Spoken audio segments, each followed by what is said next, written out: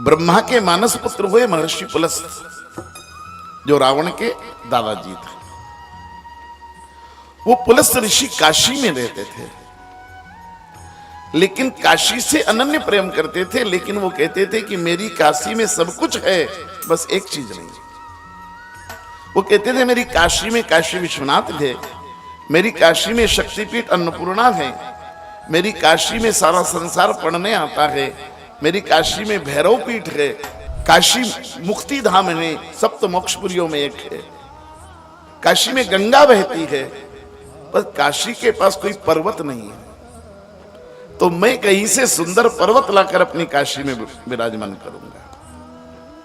तो वो पर्वत ढूंढने के लिए पूरी पृथ्वी की परिक्रमा पर निकले कि मैं पूरी पृथ्वी की परिक्रमा करके भी आऊंगा, तो एक मेरा अनुष्ठान भी पूरा हो जाएगा पृथ्वी के परिभ्रमण का, और दूसरा पर्वत जहां से अच्छा मिलेगा मैं ले आऊंगा।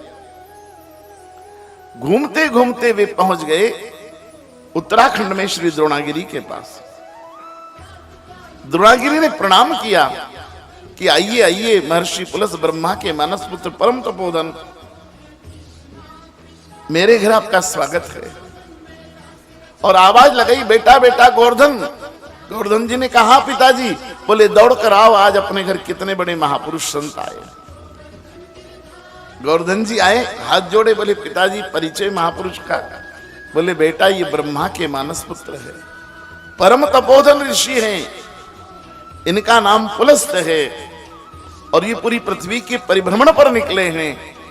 आज हमारा भाग्य कि हमारे घर पधारे। इतना सुनते ही साष्टांग प्रणाम कर दिया गोवर्धन ने, चरण की रज माथे से लगा ली, आंख से अश्रु बहने लगे गोवर्धन के कि महाराज आपने बड़ी कृपा की कि आज हमारे घर पधारे, आप धन्य हो गए। ये जब पर्वत कुमार गोवर्धन का भाव देखा कि ये तो इतना विनयशील बालक है, इतना श्रद्धालु है कि संत को दर्शन करते ही आंख में आंसू आ गए, तो उनका मन बन गया कि एक काम करें, इसी को ले चलते हैं। उन्होंने द्रोणागिरी को कहा कि द्रोणागिरी, मैं अपनी काशी की न्यूनता को पूरी करने के लिए पर्वत लेने निकला था, और तुम्हारा बेटा मुझे पसंद आ गया है। ये इतना विनम्र है, सुशील है, श्रद्धालु है, भावुक है, सजल है ये। और मेरी प्रार्थना है जो सजल होगा उसी को बदला जा सकता है, पत्थर को बदला नहीं जा सकता। इसलिए मैं तुम्हारे बेटे को मांगना चाहता हूं। द्रोणागिरी ने कहा कि महाराज मेरा बेटा अगर काशी विश्वनाथ की सेवा में जाएगा, गंगा के तट पर जाएगा, अन्नपूर्णा के धाम में जाएगा, सप्त मोक्षपुरियों में एक जगह जाएगा, भैरव पीठ पे जाएगा, तो इससे बड़ा भाग्य क्या होगा। काशी तो फिर काशी है। मैं अपना बेटा दान दिया, मैंने आपको ले जाओ, पर महाराज इसको पूछ लो, ये जाना चाहता कि पुलस्त जी ने पूछा कुमार चलोगे हमारे साथ? कुमार ने कहा गुरुदेव जरूर चलेंगे, पर 3 शर्तें हैं। एक तो मैं स्थूल हूं, भारी हूं, चलते ज्यादा मुझसे बनता नहीं, और आप बड़े तपस्वी ऋषि हो, बड़े बड़े डग रख के तेज तेज चलोगे, आपको तो पूरी पृथ्वी की परिक्रमा करना है, और मैं धीरे धीरे चलूंगा तो फिर आपकी यात्रा में बाधा तो नहीं होगी। क्योंकि दुनिया में सबसे ज्यादा झगड़ा होता है गति के कारण।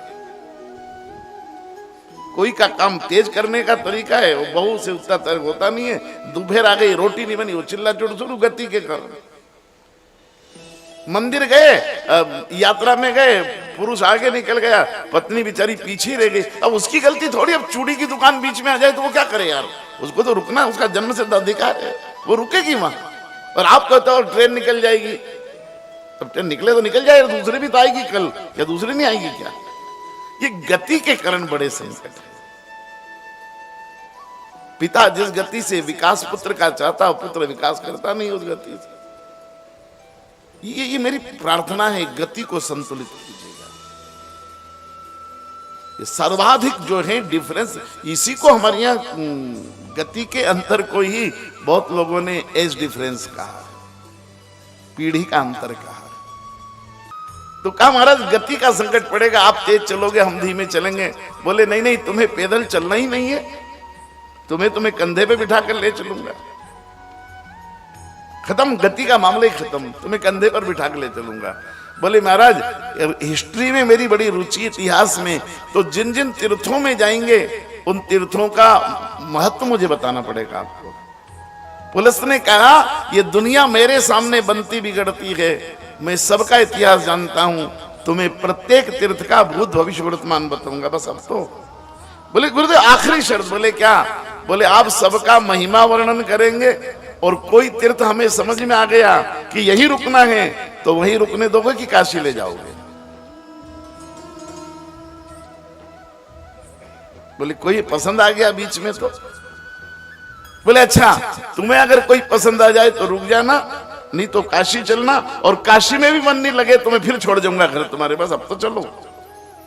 बोले हाँ फिर चलते हैं। और पुलस्त ऋषि ने पर्वत कुमार गोवर्धन जी को कंधे पर बिठा लिया, दोनों चरण वक्षस्थल पर आ गए ऋषि के, दोनों हाथ पकड़ लिए और चल पड़ी यात्रा। जो जो तीर्थ मार्ग में मिले सबका भूत भविष्य वर्तमान कहते गए ऋषि, लेकिन एक भूमि विशेष पर पहुंचकर ऋषि के पैर लड़खड़ाने लगे। कहीं पांव रखते थे, कहीं पांव जाते थे, शरीर के रोम रोम रोमांचित हो गए थे, शरीर कंपित होने लगा था, आंख से शीतल शीतल जल की धार बह रही थी, प्रेमाश्रु जो गोवर्धन जी के चरणों पर गिर रहे थे, जटाएं उड़ने लगी थी। ऋषि दीवाने से पागल से होकर जोर जोर से बोलने लगे थे राधे राधे राधे। गोवर्धन जी ने पूछा गुरुदेव ये क्या हुआ? ये पैर कहीं और रखते हैं, कहीं जाते हैं आपके, आपकी केश राशि उड़ने लगी है, आपके प्रेमाश्रु शीतल मेरे चरणों को ठंडा करने लगे हैं, आपका शरीर कंपित होने लगा है, गुरुदेव अचानक राधे राधे क्यों निकलने लगा है? बोले कुमार गोवर्धन हम एक ऐसी भूमि पर आ गए हैं जो भूमि पर तो भूमि है लेकिन इस भूमि की भूमि नहीं है। बोले गुरुदेव मैं समझा नहीं कि भूमि पर भूमि है लेकिन भूमि की भूमि नहीं है। इतना कठिन तो पटवारी भी नहीं बोलते जितना कठिन आप बोल रहे हैं। बोले बेटा ये भूमि भूमि पर है लेकिन भूमि भूमि की नहीं है। बोले फिर? बोले ये श्री वृंदावन धाम है, ये इस धरती का हिस्सा नहीं है। भगवान श्री कृष्ण ने 3 चीज इस सृष्टि के निर्माण के समय ही अपने गोलोक से धरती पर भेज दी थी और उसमें से श्री वृंदावन की भूमि ये भगवान ने सुदर्शन चक्र से काटकर जो गोलोक से जुड़ी धरती थी वृंदावन धाम उसे वहां से काट के इधर जोड़ दिया। ये परिसीमन आज का विषय नहीं है, इधर से उधर जोड़े और आप चिल्ला रहे हो हमको इधर जोड़ दिया उधर जोड़ दिया। ये भगवान कृष्ण का परिसीमन है कि ये धरती कभी गोलोक की हुआ करती थी और इसको गोलोक से काटकर दूसरी है श्याम सुंदर यमुना महारानी। यमुना महारानी भी गोलोक में बहती थी, उसको भगवान ने अपनी लीला का केंद्र बनाने के लिए नीचे भेज दिया पृथ्वी पर वृंदावन धाम में। और तीसरा जो मेरे कंधे पर बैठा है, ए पर्वत कुमार तुम भी धरती के नहीं हो, तुम भी गोलोक के पर्वत हुआ करते थे लेकिन तुम्हें उत्तराखंड में जोड़ दिया गया था और अब मैं नए परिसीमन में तुमको काशी ले जाना चाहता हूं। गोवर्धन जी ने कहा ये वृंदावन धाम ऐसा है क्या कि आप रोमांचित हो गए? बोले बेटा यहां भगवान कृष्ण द्वापर में अवतरित होंगे और कृष्ण ही अवतरित नहीं होंगे, उनकी वामांगी शक्ति रुक्मिणी जी जो वामांगी है वो तो महाराज भीष्म क्या विदर्भ देश में प्रकट होगी, लेकिन जो भगवान की अंतःकरण की आह्लादिनी शक्ति है वो आह्लादिनी शक्ति आनंद कारिणी शक्ति वो यहां ब्रज में प्रकट होगी, वृंदावन में प्रकट होगी। गुरुदेव क्या होता है ये आनंद कारिणी शक्ति? बोले बेटा भगवान के बारे में कहा गया है सच्चिदानंद रूपाय विश्वोत्पत्त्यादि हेतवे, तो भगवान 3 तत्वों से बने सत चित और आनंद। बोलो सच्चिदानंद भगवान की, तो उसमें सत और चित तो कृष्ण का रहेगा लेकिन जो कृष्ण का आनंद तत्व है, वो आनंद तत्व जो भीतर अमूर्त रहता है, वो आनंद ही राधा बनकर प्रकट हो जाता है और वही आनंद कारणि आह्लादिनी शक्ति हो जाती है। भगवान जो तीन तत्व से बने हैं कृष्ण, वो तीन में दो के कृष्ण हो जाते हैं और एक आनंद तत्व को प्रकट कर देते हैं पृथक अपने से, वही श्री राधा रानी रहते। वो भगवान की आह्लादिनी शक्ति है। और जो द्वापर युग में श्री वृंदावन धाम में प्रकट होंगे, वो कर्म के बंधन में बंधे लोग नहीं आएंगे। बोले फिर, बोले वो सीधे गोलोक से ही आएंगे, जो केवल भगवान की लीला करने आएंगे प्रेम के बंधन में बनकर। जैसे आपके यहाँ रासलीला करने आए लोग वृंदावन से, तो यहाँ के नागरिक थोड़ी होते हैं, वो तो सीधे वृंदावन से केवल लीला करने आते हैं और लीला करके फिर चले जाते हैं। ऐसे ही श्री वृंदावन धाम में जब द्वापर युग आएगा, तब कर्म के बंधन में बंधे हुए नागरिक यहाँ नहीं आते हैं। यहाँ जितनी गोपियां आएगी, गोप आएंगी, गाय आएगी, लताएं आएंगी, वृक्ष आएंगे, पुष्प आएंगे, वे सब कोई ना कोई कोटि कोटि जन्मों तक भगवान की भक्ति करके जो गोलोक चले गए हैं, वे ही विभिन्न रूपों में यहां अवतरित होते हैं। यहां आद्य शंकराचार्य भगवान का एक दर्शन को उस समय टूट जाएगा। बोले कौन सा? बोले उन्होंने कहा है एको ब्रह्म द्वितीयो नास्ति। ब्रह्म एक ही रहता है, दो नहीं हो पाएगा। लेकिन जब भगवान यहां रास रचाएंगे, तो जितनी गोपी उतने कृष्ण, जितने कृष्ण उतनी गोपी, जितने जीव उतने ब्रह्म, जितने ब्रह्म उतने जीव हो जाएंगे। हर गोपी के लिए एक कृष्ण हो जाएगा। यहां जो आनंद बरसेगा, उसके लिए तो गोलोक भी तरसता है। यहां भगवान महाराज रचाएंगे। और सुनो, त्रेता में तो केवल राम ने एक शबरी के झूठे बेर खाए थे। द्वापर में तो भगवान पता नहीं कितने ग्वालों की झूठन खाएंगे।